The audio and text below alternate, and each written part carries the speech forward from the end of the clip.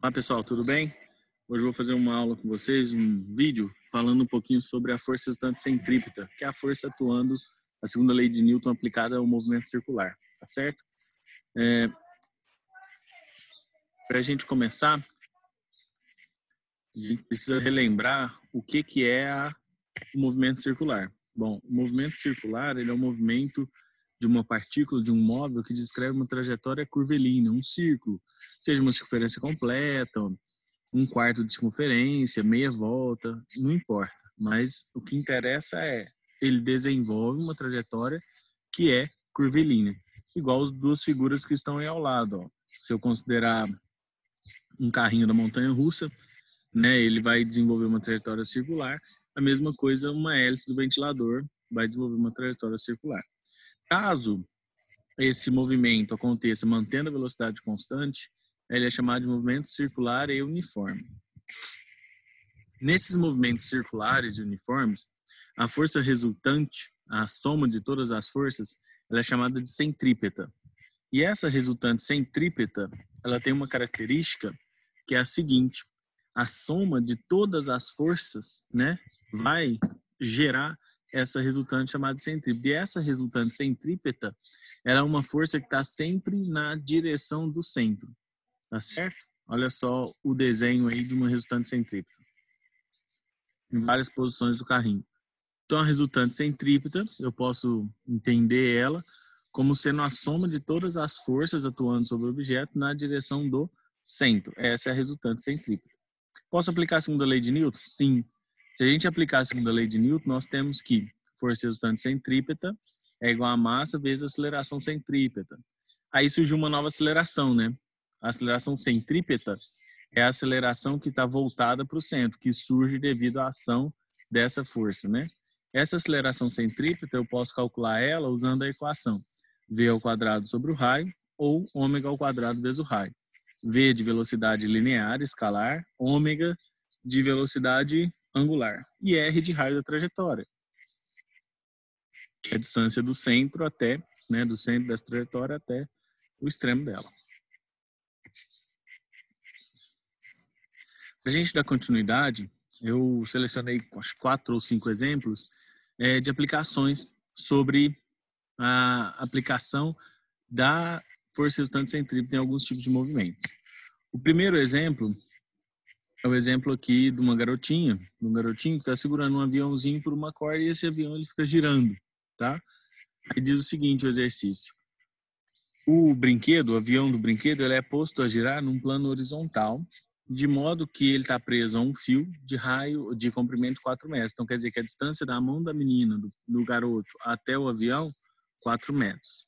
Sabe-se que o fio, essa corda, ela suporta uma tração máxima de 20 newtons. Se superar isso, esse fio arrebenta, certo? Sabendo que a massa do avião é 0,8 kg, qual a velocidade máxima que pode ter o avião sem que ocorra rompimento? Então, qual a velocidade máxima do avião sem o fio romper? Primeira coisa, em todo exercício de dinâmica, é a gente desenhar as forças. E quando a dinâmica do movimento circular, que é a resultante centrípeta, eu tenho que desenhar as forças e observar quais delas estão na direção do centro. Então, vamos lá. Primeiro, vamos desenhar as forças. Eu tenho força de tração sobre o avião, tenho peso. Não desenhei o peso porque não me interessa ele, porque a força que está para o centro é a tração. Então, a tração é a força resultante centrípeta. Então, nós temos que a força resultante centrípeta é a tração, a força resultante centrípeta é igual a massa vezes a aceleração centrípeta, e que a aceleração centrípeta é v ao quadrado sobre o raio. Agora, eu posso misturar essas equações. Veja. Quando eu misturo elas, eu tenho que a tração é igual a massa vezes a velocidade ao quadrado sobre o raio. Substituímos os valores e vamos tentar encontrar o valor de V.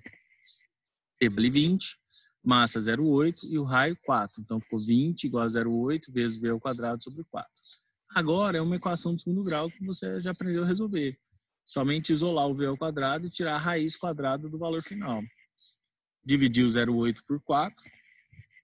Passei o 0,2 dividindo. Deu V ao quadrado igual a 100. Raiz de 100, 10 metros por segundo. Então, quer dizer que a velocidade do avião aí, sem a corda arrebentar, é 10 metros por segundo. Se superar esse valor, a força de tração muda a resistência centrípeta, o fio arrebenta. Beleza? Vamos para o próximo? A próxima questão envolve um aclive, na verdade um declive, né? E quando a gente está numa rodovia, a gente desce um morro muito grande. Esse é um declive, está representado aí na figura. Diz o seguinte, ó, em uma estrada, um automóvel de 800 kg com velocidade de 72 km por hora se aproxima do fundo de um vale, conforme o esquema seguinte. Sabendo que o raio de curvatura nesse fundo é de 20 metros, calcule a força de reação da estrada sobre o carro. Coisas importantes aqui. A velocidade não está no sistema internacional. Primeira coisa é a gente pegar esse valor de V, que está em quilômetros por hora, e transformar. Tiago, como que eu faço isso? Galera, basta pegar e dividir por 3,6. 72 por 3,6, 20 metros por segundo. Então, a velocidade é 20. Agora, vamos à pergunta. Calcule a força de reação da estrada sobre o carro. O que é essa força de reação? Simples. O carrinho desceu e passou aqui embaixo no fundo. Quando ele passa aqui no fundo, ele empurra o fundo do vale para baixo. Quando ele empurra o fundo do vale para baixo, pela terceira lei de Newton, o fundo reage fazendo uma força sobre ele. Essa reação é o que ele está perguntando para a gente. Essa reação a gente chama de força normal. Vamos calcular então a normal? Mas antes, como é um exercício de dinâmica, primeira coisa, desenhar as forças. Que força eu vou ter no carrinho lá no fundo do vale? Peso, vertical para baixo, e normal, vertical para cima. A resultante centrípeta é sempre para o centro. Se ela é para o centro, eu sei então que a normal é maior que o peso. Por quê? Porque a resultante centrípeta é sempre no sentido da maior força. A resultante de força é sempre no sentido da maior. Então, o normal é maior que o peso. Para calcular a resultante centrípeta, eu faço normal menos peso. E aplico a segunda lei de Newton. Normal menos peso igual a m vezes v ao quadrado sobre r. O peso a gente tem, que a massa é 800, não é isso? Então, o peso é 800 vezes 10, que dá 8.000. Então, ficou n menos 8.000, que é igual a 800 vezes a velocidade, lembra que eu falei? Transformada em metros por segundo, 20 ao quadrado, dividido pelo raio, que é 20. Vamos dividir 20 por 20, que dá 20. 20 vezes 800 dá 16.000. Passo menos 8.000 para lá, fica mais 8.000. 16.000 mais 8.000, 24.000. Então, a força de reação feita pela estrada sobre o carro vale 24.000. Fechou? Próxima questãozinha.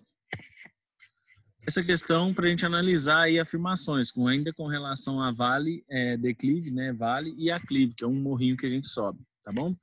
Nesse caso, fala de um carrinho de montanha-russa que desce, passa pelo ponto A, passa pelo ponto B e atinge o plano horizontal.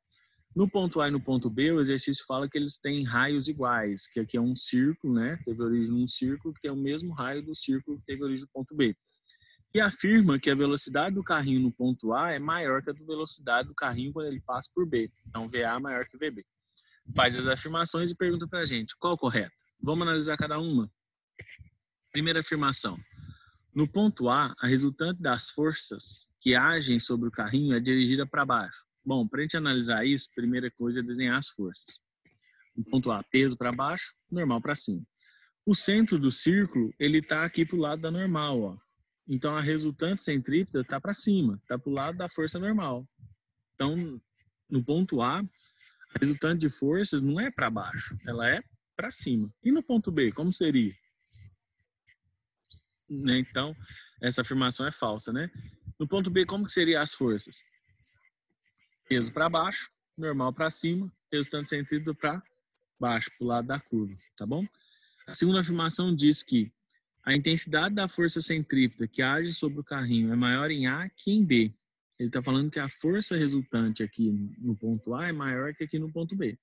Como fazer essa análise? Aplica a segunda lei de Newton. Força resultante é igual a massa vezes velocidade ao quadrado sobre o raio. A gente sabe que a massa não mudou do carrinho quando passou em A em B. O raio é o mesmo. O que está mudando? A velocidade. Força resultante centrípeta, ela é diretamente proporcional a essa velocidade. Então, aonde eu tenho maior velocidade, eu tenho maior resultante centrípeta. Como a velocidade em A é maior que em B, a força resultante de A é maior que a força resultante de B. Então, essa afirmação verdadeira. Terceira afirmação. No ponto B, o peso do carrinho é maior que a intensidade da força normal que o trilho exerce sobre ele. Então, estou falando que a normal aqui em B é maior que o peso. Certo? Não é isso? No ponto B, desculpa, falei ao contrário. No ponto B, o peso do carrinho é maior que a intensidade da força normal. Então, peso maior que a normal. Vamos ver se está certo? Vamos analisar o ponto A e o ponto B? Como a resultante centrípeta no ponto A é para cima, então a maior força é que está no sentido dela. Então, a normal é maior que o peso. Consequentemente, a resultante é normal menos peso. No ponto B, a resultante centrípeta é para baixo. A força que está no sentido dela é o peso. Então, o peso é maior que a normal. Consequentemente, a força resultante é peso menos normal. Então, a gente vê que a afirmação 3 também é verdadeira. Nesse exercício, então, nós ficamos com afirmações verdadeiras 1 e 2, 2 e 3 e a 1 como uma afirmação falsa. Beleza, pessoal? Vamos para a próxima questão? Uma questão muito aí usada, né? Muito de aplicação do movimento circular é o globo da morte. Então, aqui tem um globo da morte que o motociclista vai estar tentando girar. Ele vai partir do ponto A, vai passar pelo B, pelo C, pelo D e chega no A de volta. Então, ele vai fazer esse looping, certo? E esse globo da morte tem um raio de 3,6 metros. Ele pede para a gente desenhar, né, fazer o diagrama de forças sobre o motociclista no ponto A, B, C e D, desconsiderando o atrito. Se eu desconsiderar o atrito, as forças que eu tenho atuando é somente peso e normal. Então, vou ter que desenhar o peso e a normal para cada um dos pontos. E na letra B, pergunta qual a velocidade mínima do motociclista para que ele consiga passar aqui no ponto C e completar o looping, para que ele não caia, né? Tem uma velocidade mínima. Se for maior, ele passa. Se for menor, ele não passa, ele cai. Quanto vale essa mínima?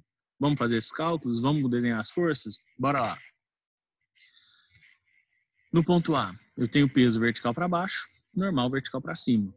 No ponto B, peso vertical para baixo e normal horizontal para esquerda. No ponto C, peso para baixo e normal para baixo. Já que ele empurrou, né, o chão do globo da morte para cima, o globo reage empurrando para baixo.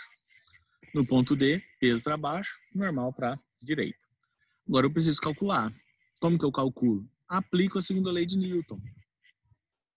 No ponto C, dá para a gente perceber que eu tenho duas forças voltadas para o centro. Então, a resultante centrípeta é a soma dessas duas. Dois vetores, mesma direção, mesmo sentido, a gente soma.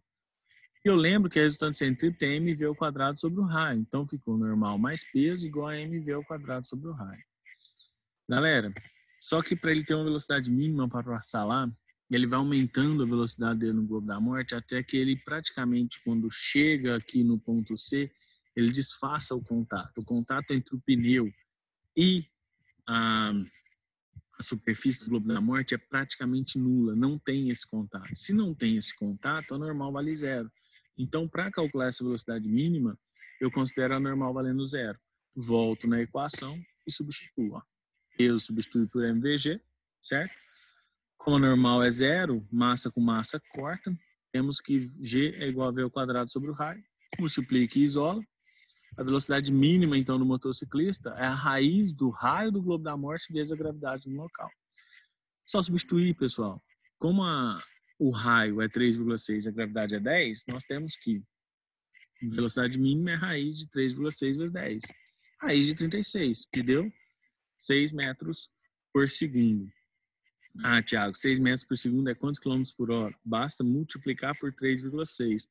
Dá algo em torno de 22 km por hora. Então, a velocidade mínima nesse globo da morte aí para o cara conseguir completar, 22 km por hora. Se for abaixo, ele não passa, ele cai. Se for acima, ele passa. Agora, se for muito acima, ele corre o risco também de cair, porque ele vai desfazer o contato antes. Aí a moto vai flutuar no ar, é perigoso ele cair. Então, ele tem que estar sempre com velocidade em torno desses 22 km por hora. Beleza? Vamos para mais uma? Acho que é a última. Uma curva plana. Um carro fazendo uma curva plana. Imagina uma estrada, você está lá pilotando tal, e aí chegou numa curva. Você vai fazer essa curva. Tá? Então, é um movimento circular. É uma força resultante centrípeta que não deixa você sair da curva, não deixa você derrapar. Tá certo? Olha a pergunta do exercício. Consideremos aí um carrinho de massa 800 kg fazendo uma curva horizontal plana de raio 50 metros. Em uma estrada asfaltada, então é uma estrada de asfalto.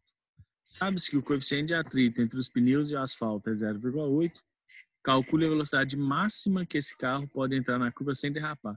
Ou seja, qual a máxima velocidade você pode chegar nessa curva sem que você derrape e sofra um acidente. Para isso, eu tenho que primeiro desenhar as forças. Que força impede o carro de sair? A força de atrito. Aqui na pista, pela primeira lei de Newton, ele deveria continuar reto. Porém, ele empurra o asfalto para lá e o asfalto empurra ele para o centro da pista. Então, o carro empurra o asfalto para fora da pista e a pista empurra o carro para dentro. Essa força é a força de atrito. Essa força de atrito é a nossa resultante centrípeta. Para resolver, eu preciso lembrar o que é a resultante centrípeta e o que é a força atrito. Lembrei o que é isso. Como eu sei que a minha resultante centrípeta é a força de atrito, junto essas duas coisas, temos que μe vezes a normal é igual a massa vezes v ao quadrado sobre o rádio. Mas, Thiago, não tem o normal. Cara, é uma pista plana. Normal é vertical para cima e peso vertical para baixo. Normal e peso, então, são iguais. Como normal é igual ao peso, substitui peso no lugar da normal. Então, fica μe igual a m vezes g, que é igual a m vezes v ao quadrado sobre o rádio. M com m corta. μe vezes g é igual a v ao quadrado sobre o raio. Multiplica cruzado e isola. Temos que a velocidade máxima do carro é μrg. Raiz de μrg. Raiz do coeficiente de atrito, que nesse caso é estático, que não derrapa, vezes o raio, vezes a gravidade. Nós temos tudo isso no exercício. O μe é 0,8, o raio é 50 e a gravidade é 10. Substituindo, fazendo continha, temos que V máximo é raiz de 400. Raiz de 400, 20 metros por segundo. 20 metros por segundo, 72 km por hora. Então, essa é a máxima velocidade que o carro consegue entrar e fazer a curva. Fechou, galerinha? O que eu tinha pensado para... você tá me zoando. Deu certo. Achei que não tinha gravado. O que eu tinha pensado para a nossa aula de hoje era conversar um pouquinho com vocês sobre a resultante de força sobre um carro, um motociclista numa roda gigante, ou você prender um carrinho e fazer ele girar, né? É você trabalhar a dinâmica do movimento circular. As forças atuando no movimento circular. Era essa a ideia dessa aula. Espero que eu tenha conseguido explicar para vocês tudo isso e até a próxima. Um beijo, até mais.